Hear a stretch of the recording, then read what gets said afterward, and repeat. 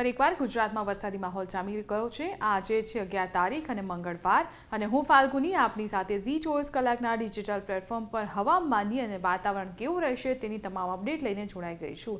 આજનો મેપ આપણે થોડી નજર કરી રહીએ તો ગુજરાતમાં કેવું વાતાવરણ રહેશે તો સામાન્ય જે રીતે દક્ષિણ ગુજરાતમાં હોય છે એવી રીતે સામાન્ય વરસાદ પડવાની અહીં આગાહી છે। અહીં વડોદરામાં પણ વરસાદની શક્યતા છે, અમદાવાદ અને આસપાસના વિસ્તારોમાં પણ વરસાદની શક્યતા છે, ઉત્તર ગુજરાતમાં વરસાદની શક્યતા જોવામાં આવી રહી છે। બાકી લગભગ ક્યાંય આપણને વરસાદ નથી દેખાઈ રહ્યો, પરંતુ આજના દિવસમાં સૌથી વધારે જે નજર છે એ આ દાહોદ અને તેની આસપાસના જિલ્લાઓ પર રહેશે, જેની બોર્ડર જે છે સીમા આપણે જે કહી શકીએ મધ્યપ્રદેશ સાથે જોડાયેલી છે।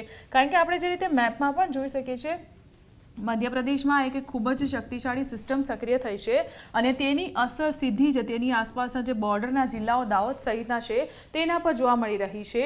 આપણે સોમવારે પણ જે રીતે જોયું હતું કે દાહોદમાં સારો એવો વરસાદ આવ્યો હતો, તે આ જ સિસ્ટમની અસરથી આવ્યો હતો અને આજે પણ આ જ સિસ્ટમની અસર જોવા મળી રહી છે અને આ દાહોદની આસપાસના જે વિસ્તારો છે ત્યાં પણ વરસાદની શક્યતા જોવામાં આવી રહી છે। એટલે કે આજે મધ્યપ્રદેશમાં સિસ્ટમ જે સક્રિય થઈ છે તેની અસર તેના પડોશી રાજસ્થાનમાં થઈ રહી છે, આપણા ગુજરાતમાં થઈ રહી છે, મધ્યપ્રદેશમાં પણ આ સિસ્ટમથી ખૂબ જ ભારે વરસાદ આવી રહ્યો છે। આપણે આજના દિવસમાં થોડું આગળ જઈને વાત કરીએ કે આ સિસ્ટમની ગુજરાતમાં કેવી અસર થશે તો આપ એ પણ જોઈ રહ્યા છો કે દાહોદમાં આ જે સિસ્ટમ છે તેની બપોર થતાં થોડી વધારે અસર પણ જોવા મળી રહી છે।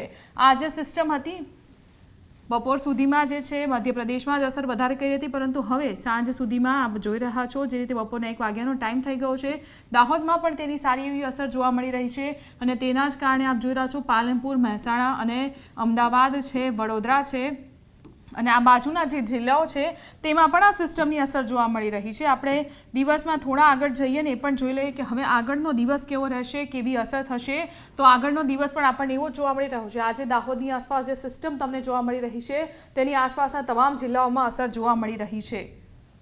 સાંજે પણ કંઈક આવી જ સ્થિતિ તમે જોઈ રહ્યા છો। વડોદરામાં તમે જોઈ રહ્યા છો વધારે વરસાદ આવી શકે છે, અમદાવાદમાં પણ સામાન્યથી થોડો વધારે વરસાદ આવી શકે છે, દાહોદમાં ભારેથી અતિભારે વરસાદ આવી શકે છે। જો આ સિસ્ટમ જેટલી દેખાય છે એટલી જ તીવ્ર છે અને તેની શક્તિ જો એટલી જ રહેવાની છે તો આવતીકાલે કે આજના દિવસમાં અને આવતીકાલે પણ દાહોદમાં સારા એવા વરસાદની આગાહી કરવામાં આવી છે। બાકી આપણે રાજ્યમાં જોઈ લઈએ તો દક્ષિણ ગુજરાત સિવાય બીજે ક્યાંય કોઈ સૌરાષ્ટ્રમાં ખાસ કરીને કચ્છમાં પણ વરસાદનું કોઈ શક્યતા નથી જોવામાં આવી રહી, પરંતુ દાહોદ અને તેની આસપાસના ખાસ કરીને મધ્યપ્રદેશની બોર્ડર સાથે જે જોડાયેલા જિલ્લાઓ છે તેમાં આજના દિવસમાં સારો વરસાદ પડવાની શક્યતા છે।